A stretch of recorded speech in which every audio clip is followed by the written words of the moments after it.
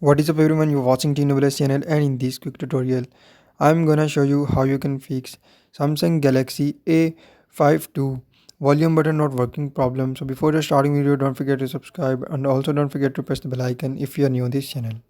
So to fix Galaxy A52 volume button not working for media or volume button not working problem in your Samsung Galaxy A52, simply first of all just tap on settings and follow every single step as I'm showing you in this video.